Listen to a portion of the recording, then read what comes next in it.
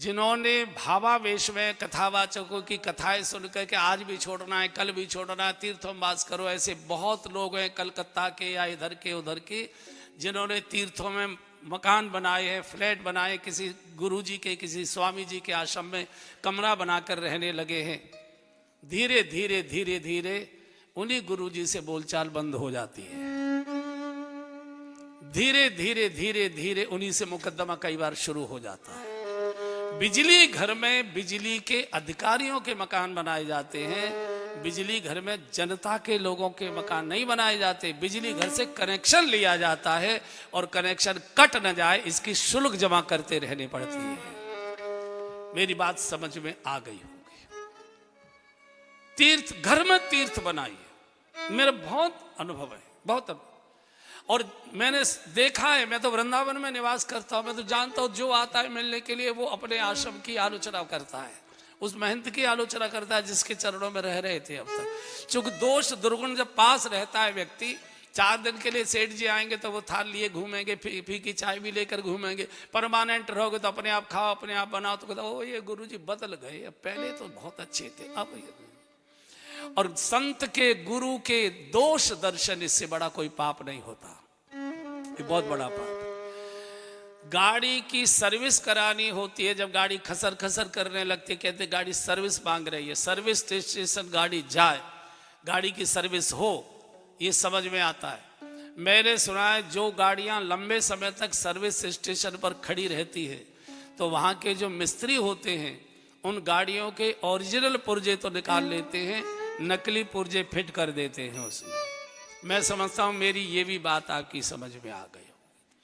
तीर्थ जाइए, 10-5 दिन 15 दिन रहिए, जो घर में पाठ पूजा नहीं हो पा रहा था अनुष्ठान विशेष वहां करिए, सामान्य फलाहार करिए, सामान्य भोजन करिए, ठाकुर जी का सुबह शाम दर्शन करने जाइए, संत के चरणों में बैठकर कथा सुनिए, फिर बाल बच्चों में आ जाइए, फिर जाइए क्रम बना।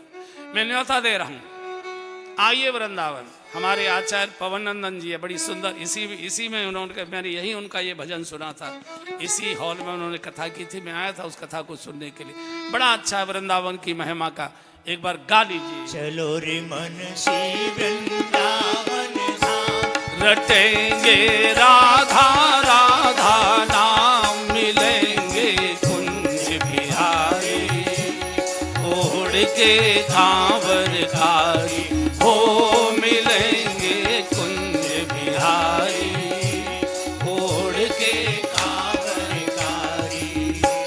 चलो रे मन श्री वृंदावन धाम, राधा राधा नाम, मिलेंगे कुंज बिहारी, ओढ़ के कांवर कारी, हो मिलेंगे कुंज बिहारी, ओढ़ के कांवर कारी। प्रात होत हम परिक्रमा को जाएंगे, प्रात होत हम परिक्रमा को जाएंगे, संत दर्श कर जीवन सफल बनाएंगे, संत दर्श कर जीवन सफल बनाएंगे।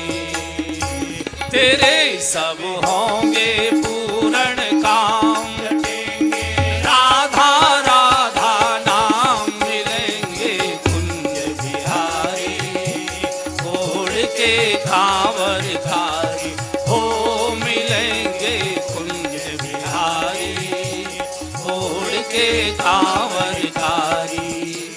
चलो रे मन श्री वृंदावन धाम, राधा राधा नाम, मिलेंगे कुंज बिहारी, ओढ़ के कांवर कारी, हो मिलेंगे कुंज बिहारी, ओढ़ के कांवर कारी। सब तीर्थन में बड़ो वृंदावन धाम है, सब तीर्थन में बड़ो वृंदावन धाम है, सब नामन से बड़ो श्री राधा नाम है, सब नामन से बड़ो श्री राधा नाम है।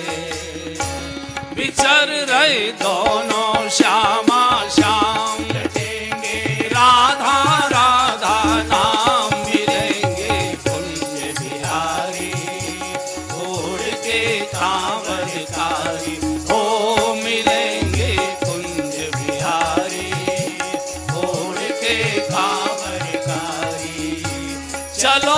श्री वृंदावन धाम, राधा राधा नाम मिलेंगे कुंज बिहारी, ओढ़ के कांवरकारी हो मिलेंगे कुंज बिहारी, ओढ़ के कांवरकारी। दुनिया भर से नर नारी ब्रज आते हैं, दुनिया भर से नर नारी ब्रज आते हैं, बांके बिहारी जी का दर्शन पाते हैं, बांके बिहारी जी का दर्शन पाते हैं। तेरे होय सब तेरे तेरे पूर्ण काम रटेंगे, राधा राधा नाम मिलेंगे कुंज बिहारी, ओढ़ के कांवरकारी हो मिलेंगे कुंज बिहारी, ओढ़ के कांवरकारी। चलो रे मन श्री वृंदावन धाम, रटेंगे राधा राधा नाम मिलेंगे कुंज बिहारी, ओढ़ के कांवरकारी हो मिलेंगे कुंज बिहारी, ओढ़ के कांवरकारी। बोलिए श्री वृंदावन धाम की जय। इस क्रम को बनाइए, भारतवर्ष के तीर्थों का प्रवास करिए, स्थायी निवास मत करिए, घर को तीर्थ बनाइए, घर तीर्थ जैसा चाहिए। होता क्या है, घर में बुहारी तो हम रोज लगवाते हैं, रोज घर में बुहारी लगती है, सुबह शाम भी लगती है, फिर भी कूड़ा रहता है। क्यों? क्यों बुहारी तो लगाई, कूड़ा हमने बाहर झड़वा के बाहर फेंकवा भी दिया सड़क पर, लेकिन खिड़की दरवाजे बंद करना भूल जाते हैं। तेज गति से गाड़ी आती है, फिर वही कूड़ा जो हमने फेंका था वही हमारे घर में आ जाता है, फिर अगले दिन फेंकते हैं, फिर वो कूड़ा घर में आ जाता है, और हमारी सारी जिंदगी भर यही करते निकल जाते, एक हाथ में झाड़ू और एक हाथ में कूड़े की टोकरी, यही लेके हम मरते हैं। मैं बाकी के लिए बिल्कुल एक शब्द नहीं बोला, लेकिन जो कथा सुन रहे हैं, जो कथा सुनते हैं, उनसे जरूर प्रार्थना करूंगा कि कुछ खिड़की दरवाजे बंद करना सीखिए। सालों साल का किया हुआ पूजा पाठ भजन एक बार साले के लड़की की शादी में चले गए, सत्यानाश हो जाता है। इसके आगे कुछ बोलूंगा नहीं। तीर्थ भी जाते हैं और गोवा भी जाते हैं, शिमला भी जाते हैं, दुबई भी जाते हैं, और वहां जरूर फलाहार करते होंगे। भजन में मन नहीं लगता, काय में मन लगता है? इतना ही पर्याप्त। बात मेरी समझ में आ गई कि और क्लियर करूं? हाँ। थोड़े लिखे को क्या बोलते हैं आप? थोड़े लिखे को बस बड़े समझदार हैं, बहुत अच्छा। जो कथा सुनते हैं उनके जीवन में कथा जानी चाहिए, उनकी वाणी से कथा की सुगंध आनी चाहिए, उनके आचरण से कथा की महिमा मर्यादा दिखाई देनी चाहिए, उनके घर में प्रवेश करते ही लगना चाहिए ये सामान्य गृहस्थी का घर नहीं है, ये तो किसी पुजारी का मंदिर है। प्रवेश करते ही दिव्य सुगंध आनी चाहिए, भगवान की आरती की, भगवान के दीप की, भगवान के पाठ की। ये कथा मनोरंजन का साधन नहीं है, ये मन के मैल को धोने का साबुन है। यहाँ हम आए थे, घर के लोगों को भी लगना चाहिए जैसे गए थे वैसे नहीं लौटे, कुछ न कुछ अंतर आया है, कुछ न कुछ व्यवहार में, वाणी में, हाव भाव, स्वभाव, मजाक करने के तौर तरीकों में काफी अंतर दिखाई दे रहा है। यही कथा का परिणाम हुआ करता। मनु महाराज नैमिषारण्य, भजन करने वाले को भोजन क्या करना चाहिए? शास्त्र बोल रहा है। मनु महाराज और शत्रुपा जी भोजन क्या करते हैं? करही आहार,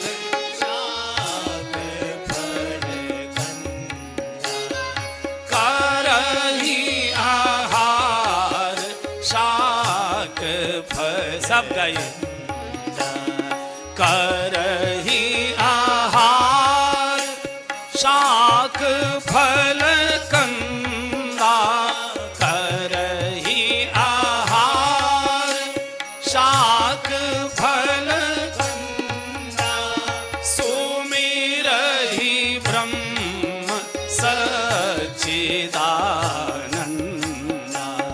सुमिरहि ब्रह्म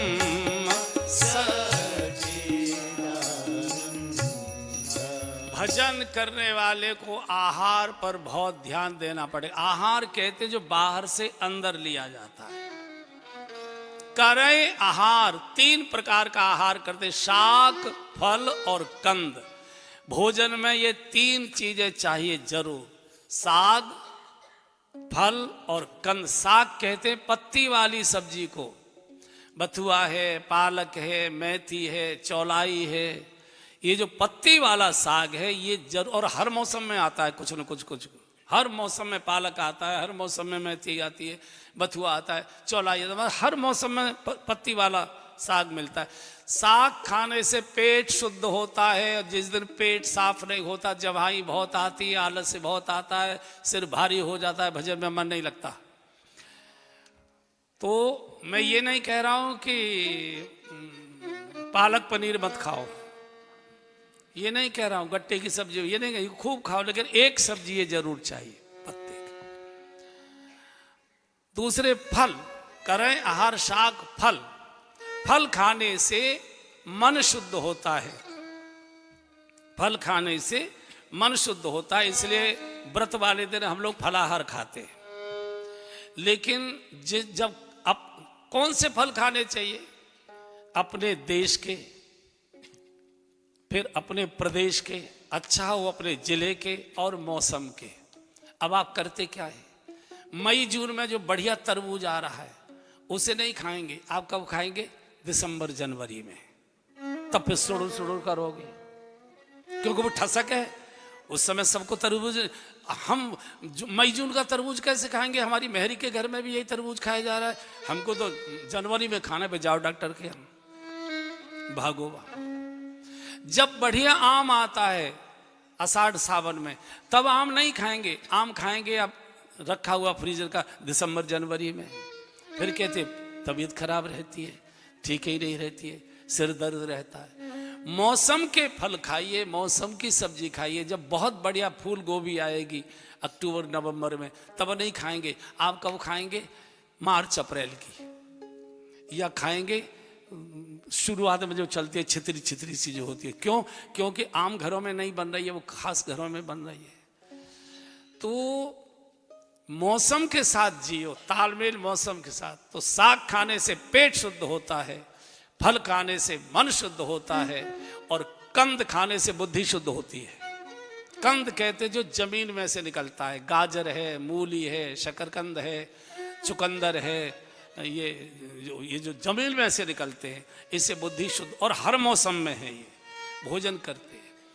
भगवान ने आकाशवाणी की, मनु महाराज वरदान मांगो, वरदान मांगो, वरदान मांगो। मनु महाराज का सर दर्शन चाहते हैं, और ध्यान रखिए अकेले आएंगे तो दर्शन नहीं करूंगा, विराट स्वरूप में आएंगे तो दर्शन नहीं करूंगा। मेरे साथ मेरी श्रीमती जी भी हैं, मुझे मेरे मतलब का दर्शन चाहिए। कौन सा रूप? बोले मैं राम रूप का दर्शन चाहता हूं, और साथ में किशोरी जी भी आपके साथ होनी चाहिए। हम दोनों पति पत्नी हैं, आप भी दोनों आइए। और उसी समय नैमिषारण्य में नील सरोवर नीलमण, नील नीरधर श्याम, लाजे तनु शोभान रख, कोट कोट सत भगवान प्रकट हो गए।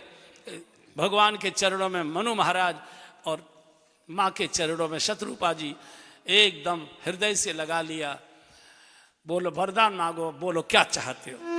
बोले झिझक लग रही है, बोले बिना झिझक के मांगो, कोई झिझक मत करो। सकुच बिहाई मांगी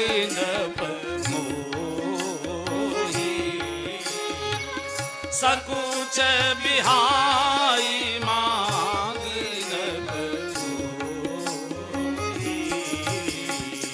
मोरी कछु अदेय नहीं कोई,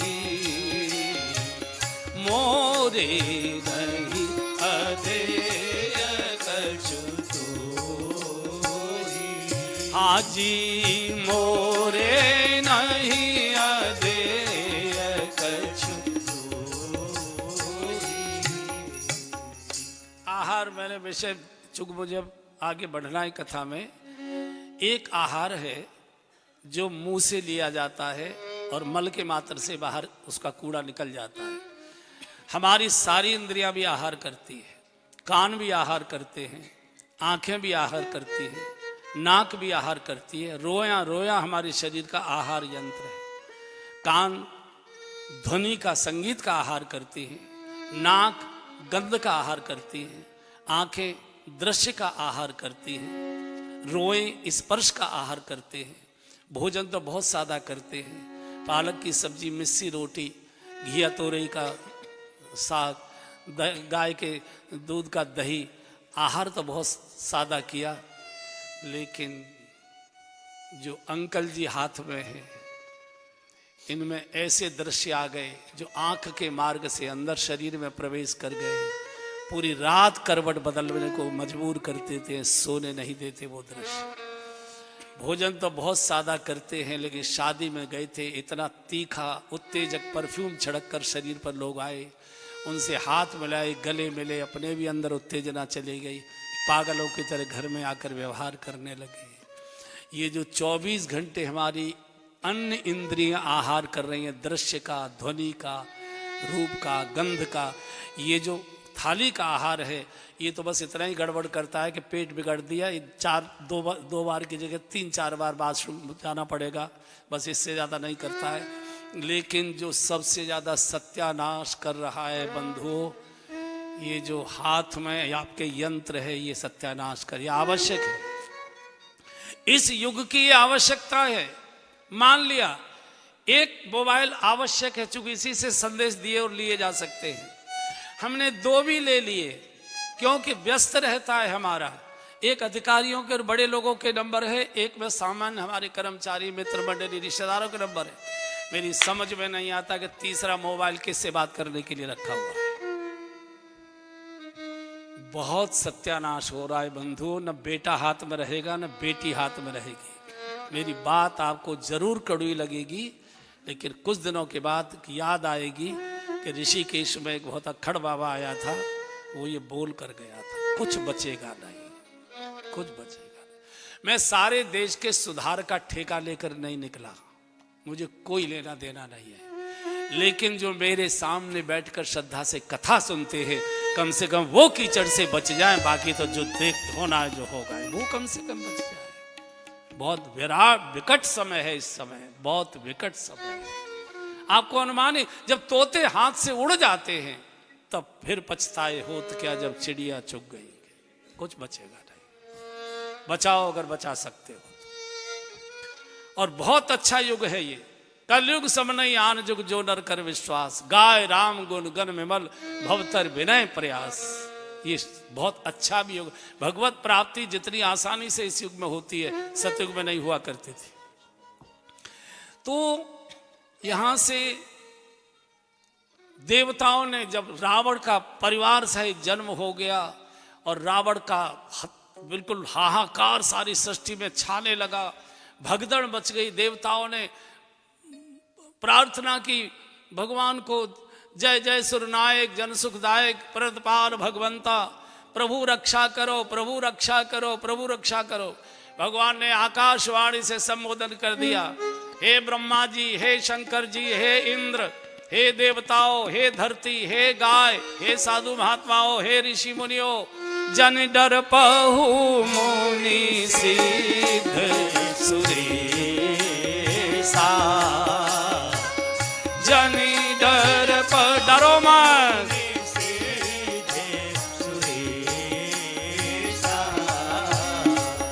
तुम ही लागी धरी हऊ नर भेसा, तुम ही लागी धरी हऊ नर भेसा, अंशन सहित मनुज अवतारा, अंशन सहित मनुज अवतारा, लई हूँ दिन कर वंश उदारा, लई हूँ दिन कर वंश उदारा, हरि हूँ सकल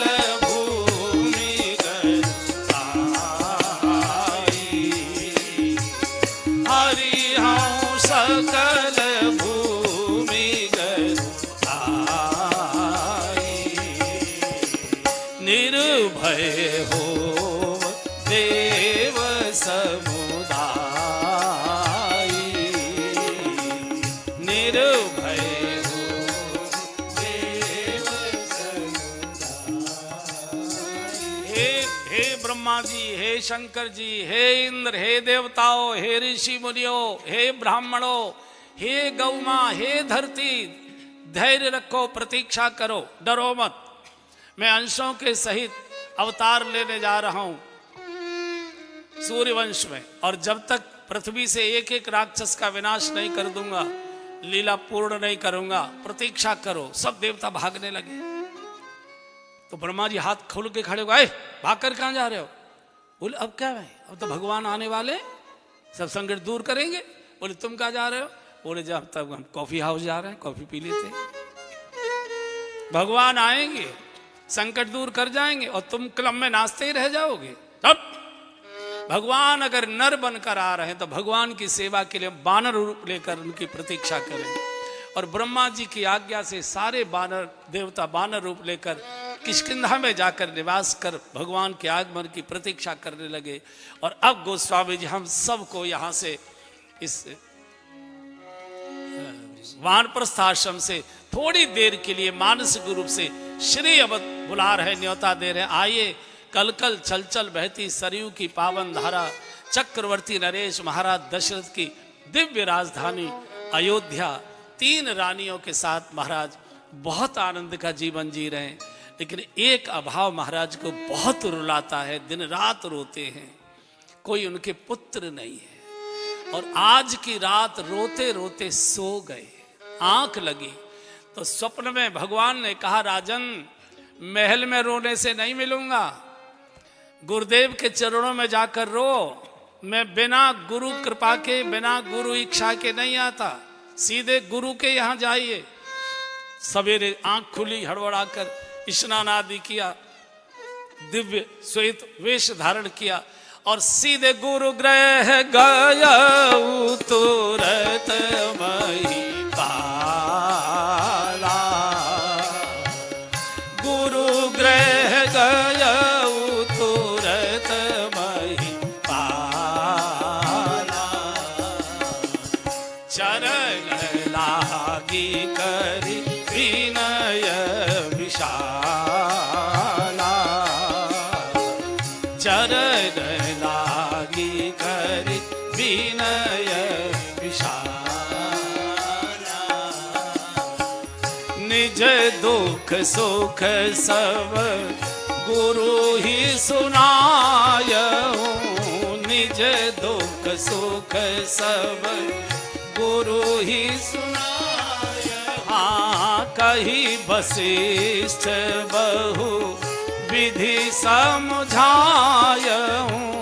कही वशिष्ठ बहु विधि समझायऊं। हाँ धरहु धीर होई यही सुत चारी, धरहु धीर होई यही सुत चारी, त्रिभुवन विदित भगत भयहारी,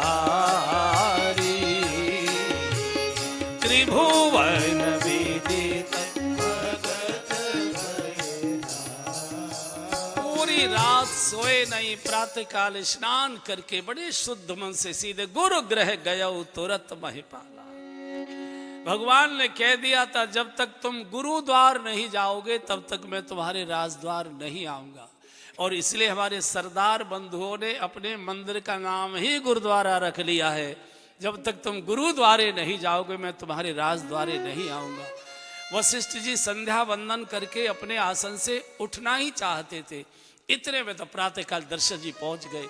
साष्टांग प्रणाम किया, दोनों हाथों से गुरुदेव के दोनों चरण पकड़े, शीश रख दिया चरणों में, बहुत रोए, बहुत रोए। निज दुख सुख सब गुरु ही सुनाए। आपके जीवन में देखो, सबके जीवन में कष्ट आते हैं, दिक्कतों के समय आते हैं, बेचैनी के समय आते हैं। इधर उधर कई रिश्तेदार मित्र मणि कहीं मत कहिए, आप किसी को भी अपना दुखड़ा रोने जाएंगे, उस समय तो आपसे भी ज़्यादा लंबा मुंह बना के वो आपकी बात सुनेगा, लेकिन जैसे ही मिल के आप लौट निकलेंगे उसकी कोठी से, पत्नी के सामने हंस कर कहेगा अब आया है ऊंट पहाड़ के नीचे, अब आया। जहां से समाधान मिले वहीं अपनी समस्या को रखना चाहिए।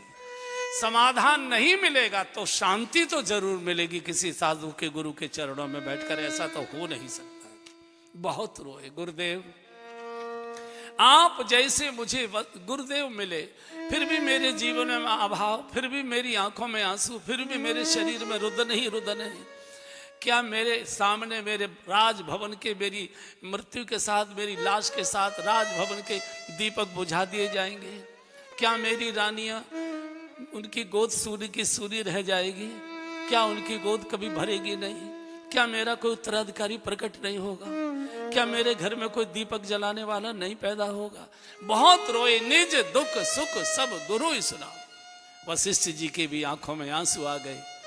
अपने आंसुओं को रोकते हुए वशिष्ठ, राजन धरऊ धीर होई यही सुत चारी, धरऊ धीर होई यही सुत चारी,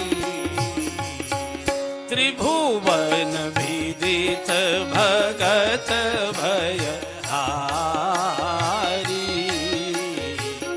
त्रिभुवन विदित भगत भय। राजन धैर्य रखो, तुम एक पुत्र की मांग करते हो, हमारा आशीर्वाद है कि भगवत कृपा से तुम 4 पुत्रों के पिता बनने का सौभाग्य प्राप्त करोगे। धरऊ धीर होय सुतचारी, त्रिभुवन विदित, तीनों लोकों में जिनके नाम यश गाए जाएंगे।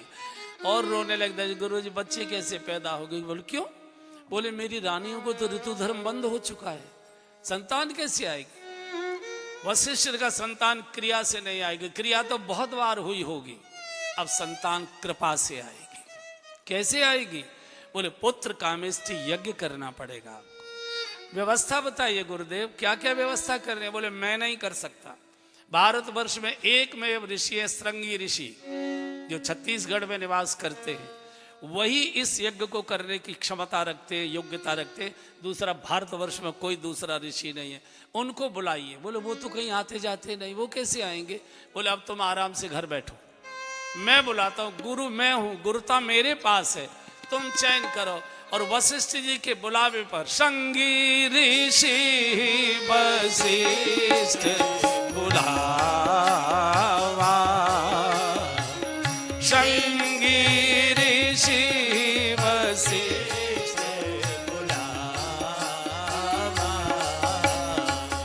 पुत्र काम शुभ यज्ञ करावा, पुत्र काम शुभ यज्ञ करावा,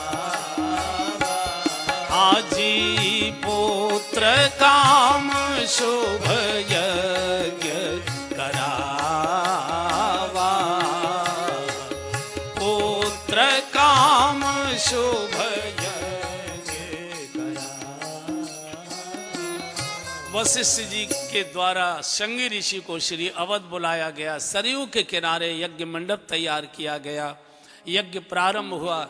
मुख्य यजमान के आसन पर आज वशिष्ठ गुरुदेव स्वयं विराजमान है, पास में दशरथ जी को बिठाया है। तीनों महारानियां प्रातःकाल से स्नान कर बिल्कुल व्रत की अवस्था में प्रसाद की प्रतीक्षा करती हैं। यज्ञ प्रारंभ हुआ, स्वाहा स्वाहा का उद्घोष होने लगा और जैसे ही पूर्णाहुति अर्पित की गई, ओम पूर्णमिदः पूर्णमदं पूर्णात् पूर्णमुदच्यते पूर्णस्य पूर्णमादाय पूर्णमेवावशिष्यति, ओम सर्ववै पूर्णग्वं स्वाहा, ओम सर्ववै पूर्णग्वं स्वाहा, ओम सर्ववै पूर्णग्वं स्वाहा। जैसे ही पूर्णाहुति अर्पित की गई, स्वयं यज्ञ नारायण प्रकट हो गए यज्ञ वेदिका से। बोलिए यज्ञ नारायण भगवान की जय। सारे अयोध्या के नागरिकों को मंगल शकुन हो रहे थे, प्रातःकाल से माताओं को मंगल शकुन हो रहे थे। यज्ञ नारायण खीर का कटोरा लेकर सुवर्ण का पायस प्रसाद लेकर प्रकट हुए। लीजिए वशिष्ठ जी, आपके मनोरथ पूर्ण हुए। यज्ञ नारायण तो अंतर ध्यान हो गए। वो प्रसाद का कटोरा महाराज के हाथ में दिया है। वशिष्ठ जी ने, जाओ राजन, प्रसाद को रानियों में प्रसन्नता से वितरण कर दो। प्रसाद प्रसन्नता से ही बांटना चाहिए और प्रसन्नता से ही ग्रहण करना चाहिए, लेना चाहिए। प्रसीदतु इति प्रसन्नता, जो प्रसन्नता प्रदान करे उसी को प्रसाद कहते हैं। तीनों रानियां स्नान किए, दिव्य वेश धारण किए हुए थी। आधा प्रसाद दशरथ जी ने कौशल्या जी के हाथ पर दिया, आधे का आधा हिस्सा कैकेयी जी के हाथ पर रखा, और जो शेष आधा का टुकड़ा बचा था उसके 2 हिस्से किए। पुनः एक हिस्से को कौशल्या जी के हाथ पर रखा, दूसरे हिस्से को कैकेयी जी के हाथ पर रखा, और दशरथ जी का, कौशल्या जी, कैकेयी जी, आप दोनों मिलकर सुमित्रा जी को प्रसाद दीजिए। जब दोनों रानियों ने सुमित्रा जी के प्रसाद दिया है, सुमित्रा तो आंखों से आंसू टपटपाने लगी, भाव में विभोर हो गई और हाथ जोड़कर कहा, हे कौशल्या माँ, हे कैकेयी माँ, अगर इस प्रसाद के प्रभाव से और आपके आशीर्वाद से मुझे 2 पुत्र पैदा करने का, जन्म देने का सौभाग्य मिलता है, तो हे कौशल्या माँ, एक बेटे को मैं तेरे बेटे की सेवा में लगाऊंगी, और हे कैकेयी माँ, दूसरे बेटे को तेरे बेटे की सेवा में रखूंगी। मैं स्वयं तुम दोनों की सेवा में जीवन बिता दूंगी, मुझे कुछ नहीं चाहिए। अयोध्या के नागरिकों को समाचार हो गया कि माताएं गर्भवती हो चुकी हैं, माताओं में गर्भ प्रवेश कर चुका है। पूरी अयोध्या के अंदर गोस्वामी जी लिखते, जा दिन ते हरि गर्भ ही आए, जा दिन ते हरि गर्भ ही आए, जा दिन ते हरि गर्भ ही आए, जा दिन ते हरि गर्भ ही आए, सकल लोक सुख संपत्ति छाए, सकल लोक सुख संपत्ति छाए। जिस दिन से भगवान अपने अंशों के सहित माताओं के गर्भ में आए, अयोध्या में संपूर्ण सृष्टि के समस्त लोकों के सुख समृद्धि साधन अयोध्या में आकर छा गए एकदम। ऋतु और कुरुतु कालगत त्यागी, सब तरु फरे राम हित लागी।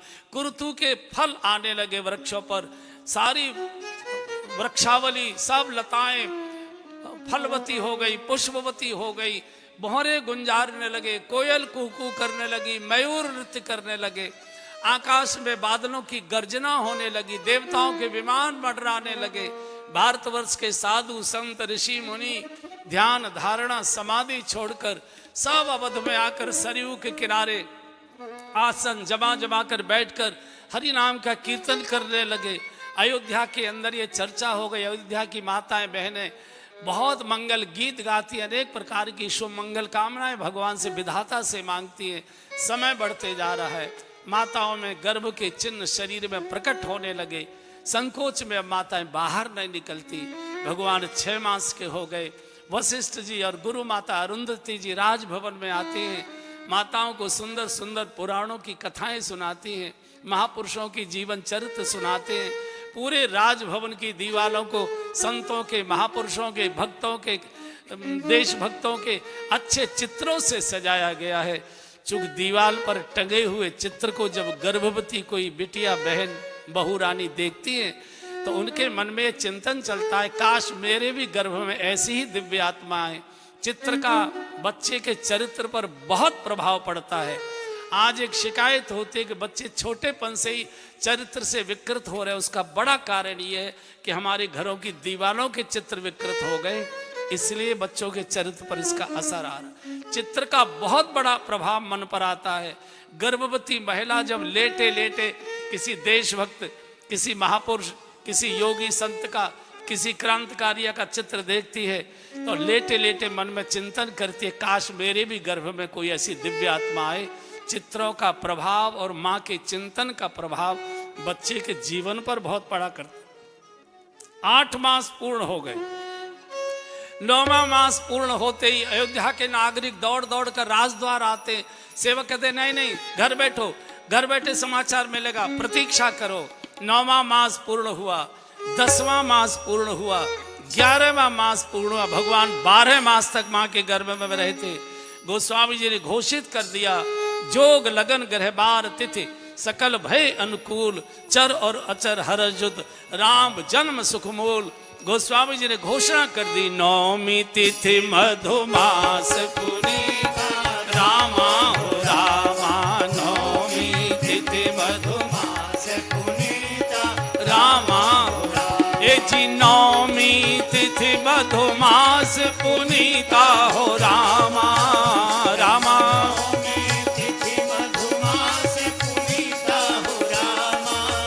राम शुक्ल पक्ष अभिजित हरि प्रीता रामा हो रामा।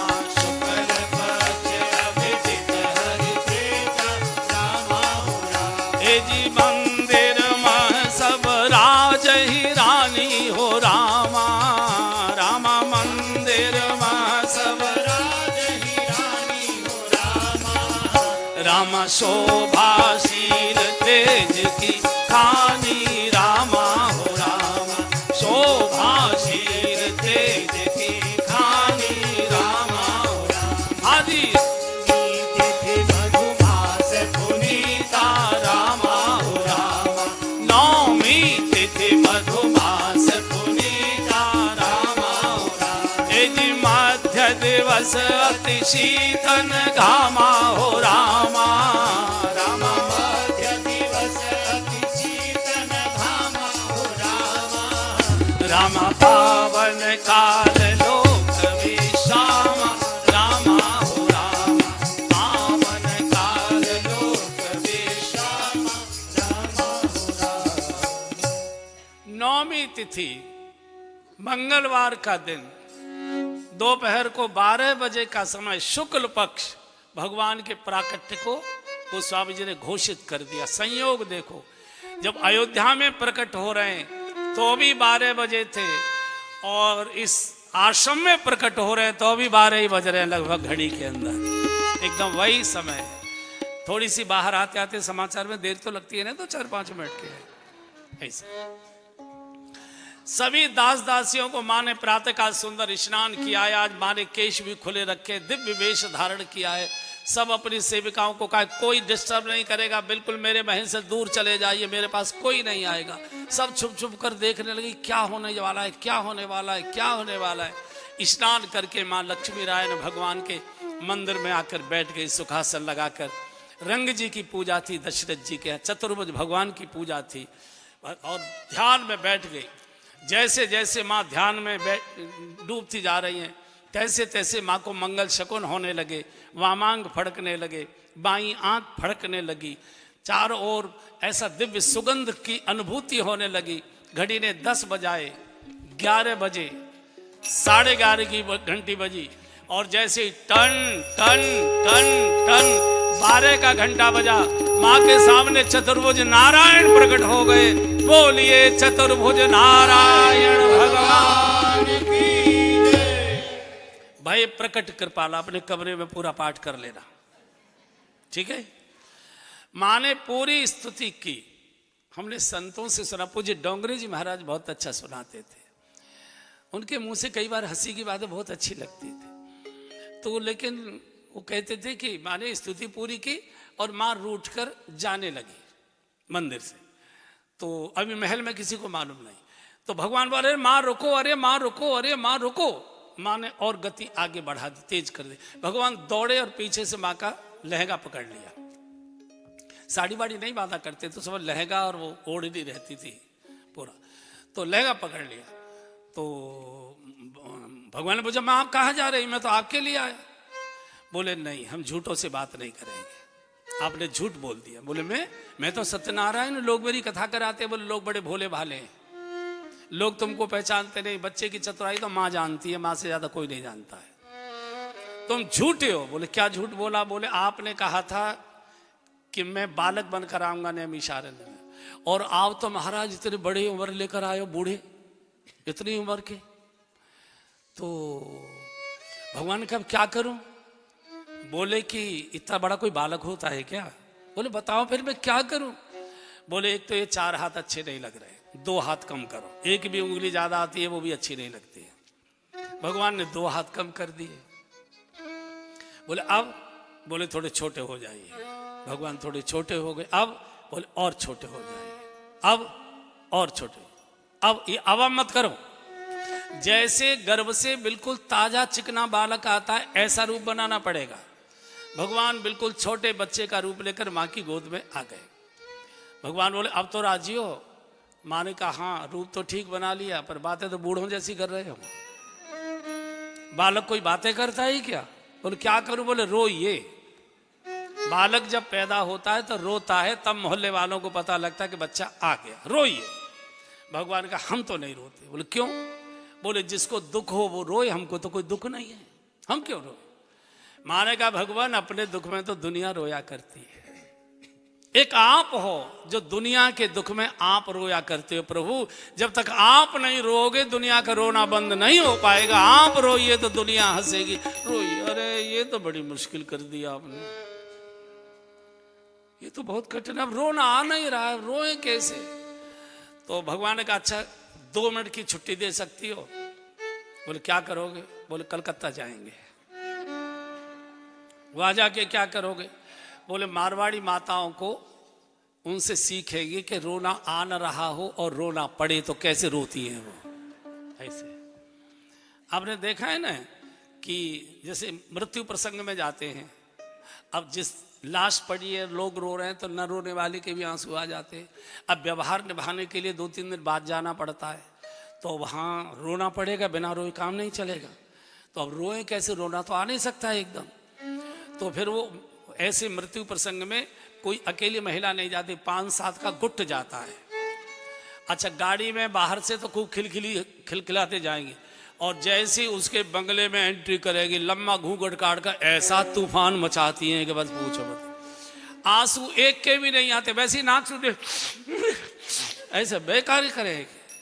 तो जैसे ही भगवान ने रोना शुरू किया, जैसे ही रोना शुरू कर सुन से सुरुदन परम प्रिय बानी संभ्रम चले आई। आज सुन से सुरुदन परम प्रिय बानी संभ्रम चले आई। आज हर्षित जहाँ तह धाई दासी आनंद मगन सकल पूर्वासी। हर्षित जहाँ तह धाई दासी आनंद मगन सकल पूर्वासी। आनंद मगन सकल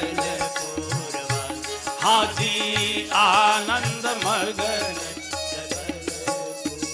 जैसे ही भगवान रोए माँ को तो समाधि लग गई। 2 दासी देख गई, दौड़ कर गई राजसभा में और महाराज के दरबार में पहुंच गई। महाराज की जय हो, महाराज की जय हो। अरे कलावती, अरे लीलावती, का खबर लाई है? बोले ऐसे नाम बताऊंगी महाराज, पहले नाम दोरी बता तो सही। बोले कौशल्या माँ की गोद में सांवले सलोने कुंवर आए। ओहो दशरथ पुत्र जगम सुनिकाना मानव ब्रह्मानंद। ए जी दशरथ पुत्र जन्म सुनिकाना।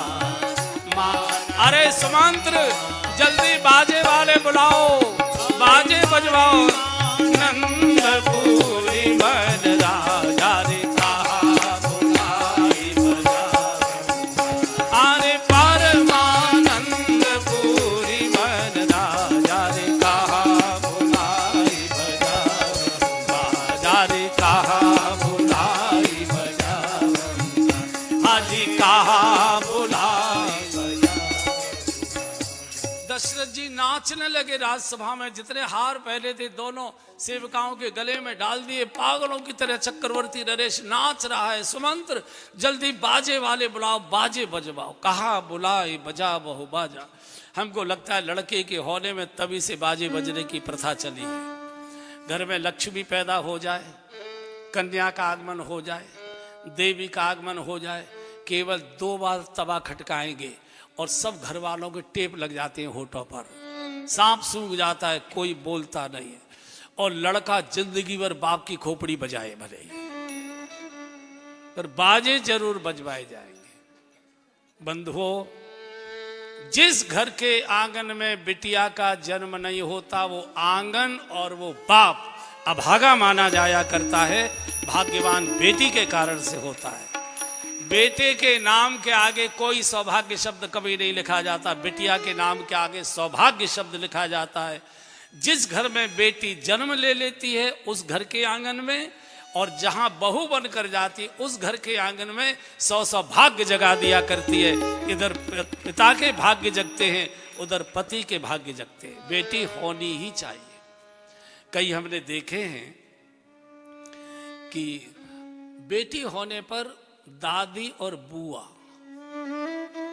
इनकी तो मैया ही मर जाती है, एकदम मैया मर। पूछो ये कलेश कहां से आ गए? अच्छा, स्वयं बेटी हैं, स्वयं बेटी हैं, लेकिन बेटी को देखते ही जिस आंगन में बेटी नहीं, कई मैंने पिता देखे हैं कि उनके घर में दुर्भाग्य से उनके बेटी का जन्म नहीं हुआ। चूंकि सौभाग्य ही नहीं था तो बेटी कैसे जन्म लेती? तो अपने आंगन को सौभाग्यशाली बनाने के लिए किसी और की बेटी के फेरे अपने आंगन में डलवाते हैं। ये पहले गांव में बहुत प्रथा थी, अभी भी है। ये बेटी के कारण से ही बाप सौभाग्यशाली होता है, पति का परिवार सौभाग्यशाली हुआ करता है। और जैसे ही नगाड़े बजे, अयोध्या के नागरिक जो जैसे बैठे थे, जो जैसे ही तैसे ही उठ धावा, बाल वृद्ध कहूँ संग। हाँ जी, जो जैसे ही तैसे ही उठ धावा, बाल वृद्ध कहूँ संग।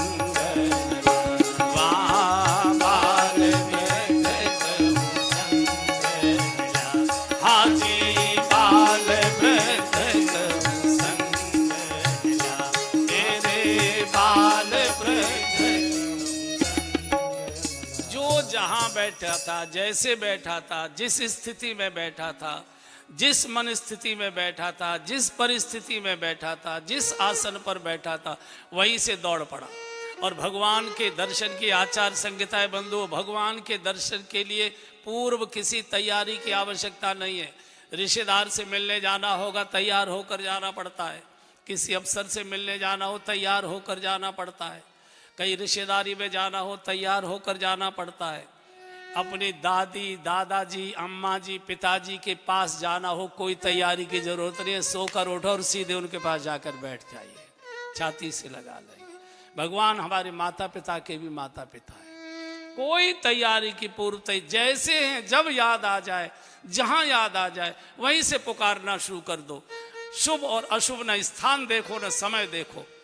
भगवान का नाम शुभ ही शुभ है, अशुभ को भी शुभ कर देना।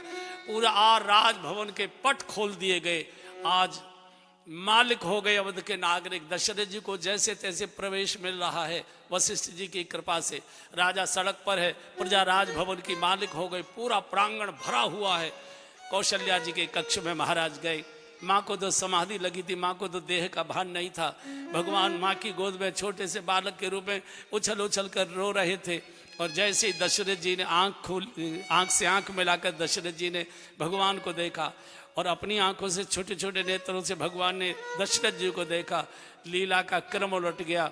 भगवान ने हंसना शुरू कर दिया, दशरथ जी ने भाव में रोना शुरू कर दिया। दशरथ का गुरु जी देखो बालक अपने पापा जी को पहचान कर कैसा मुस्कुरा रहा है। नंदी मुख श्राद्ध किया गया। उधर केकई माँ के भवन से एक बेटे का समाचार, सुमित्रा माँ के भवन से 2 बेटों का समाचार, 4 बेटों का समाचार पाते ही दशरथ जी तो पागलों की तरह सारी मर्यादा छोड़कर नाचने लगे। आकाश में देवता नगाड़े बजाने लगे। नागरिक मांग करे, महाराज दर्शन कराओ, दर्शन कराओ, दर्शन कराओ। दशरथ जी ने कहा, कौशल्या जी, कैकेयी जी, सुमित्रा जी, ये बालक केवल आपके नहीं है, मेरे अयोध्या के नागरिकों के मनोरथ आपकी गोद में बालक बनकर आए। इनके व्रत अनुष्ठान, इनका पूजा पाठ, इनकी मन की भावनाएं आपकी गोद में बालक बनकर प्रकटी है। सबको दर्शन कराओ, सबके आशीर्वाद मिलेंगे। और जैसे ही तीनों रानियां अपने अपने बालकों को गोद में लेकर राजभवन के प्रांगण में आई, आकाश के देवता और अयोध्या के नागरिकों ने जैसे ही दर्शन किया, सब लोग बोल पड़े, महाराज को बधाई हो, बधाई हो, बधाई हो, बधाई हो, बधाई हो। अरे प्रकट भये चारों भैया, अवधपुर बाजे बधैया। प्रकट भये चारों भैया, अवधपुर बाजे बधैया। बाजे बधैया हो, बाजे बधैया, बाजे बधैया हो, बाजे बधैया। अरे जन्म लियो है चारों भैया, अवधपुर बाजे बधैया। जन्म लियो है चारों भैया, अवधपुर बाजे बधैया। राजा दशरथ घर लाला जायो, राजा दशरथ घर लाला जायो। अरे लाला जायो, अरे छोना जायो, राजा दशरथ घर लाला जायो, राजा दशरथ घर लाला जायो। अरे नाम धरे रघुरैया, अवधपुर बाजे बधैया। नाम धरे रघुरैया, अवधपुर बाजे बधैया। बाजे बधैया हो, बाजे बधैया, बाजे बधैया हो, बाजे बधैया। अरे जन्म लियो है चारों भैया, अवधपुर बाजे बधैया। जन्म लियो है चारों भैया, अवधपुर बाजे बधैया। राम लला की होत निछावरी, राम लला की होत निछावरी। अरे होत निछावरी, होत निछावरी। अरे होत निछावरी, होत निछावरी। राम लला की होत निछावरी, राम लला की होत निछावरी। अरे दधि माखन धनु भैया, अवधपुर बाजे बधैया। दधि माखन धनु भैया, अवधपुर बाजे बधैया। बाजे बधैया हो, बाजे बधैया, बाजे बधैया हो, बाजे बधैया। अरे जन्म लियो है चारों भैया, अवधपुर बाजे बधैया। जन्म लियो है चारों भैया, अवधपुर बाजे बधैया। बधाई हो, बधाई हो, बधाई हो, बधाई हो, बधाई हो, बधाई हो, बधाई हो, बधाई हो, बधाई हो। कुछ नहीं, गला मत फाड़ो, कुछ नहीं मिलेगा।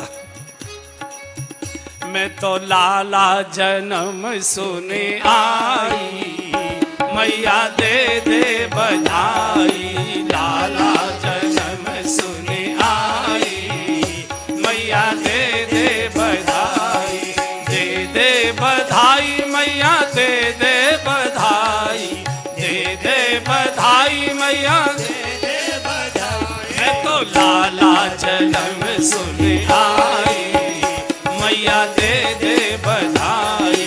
लाला जन्म सुने आई, मैया दे दे बधाई। झूमर भी लूंगी मैं तो झुमका भी लूंगी, झूमर भी लूंगी मैं तो झुमका भी लूंगी। मैं तो नथनी की लूंगी कढ़ाई, मैया दे दे बधाई। नथनी की लूंगी कढ़ाई, मैया दे दे बधाई। दे दे बधाई मैया, दे दे बधाई। दे दे बधाई मैया, दे दे बधाई। मैं तो लाला जन्म सुने आई, मैया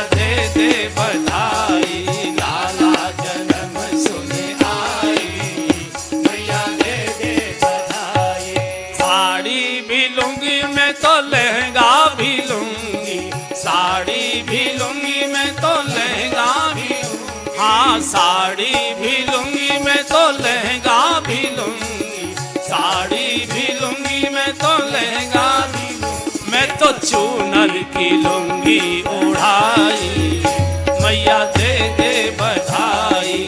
चूनर की लुंगी ओढ़ाई, मैया दे दे बधाई। दे बधाई मैया दे दे बधाई, दे दे बधाई मैया दे दे बधाई। मैं तो लाला जन्म सुन आई, मैया दे दे बधाई। लाला जन्म सुन आई, मैया दे दे बधाई। बधाई हो बधाई हो बधाई हो बधाई हो बधाई हो ऐ बधाई हो बधाई हो बधाई हो बधाई हो बधाई हो। जय श्री राम जय श्री राम जय श्री राम जय श्री राम जय श्री राम। बधाई हो बधाई हो बधाई हो।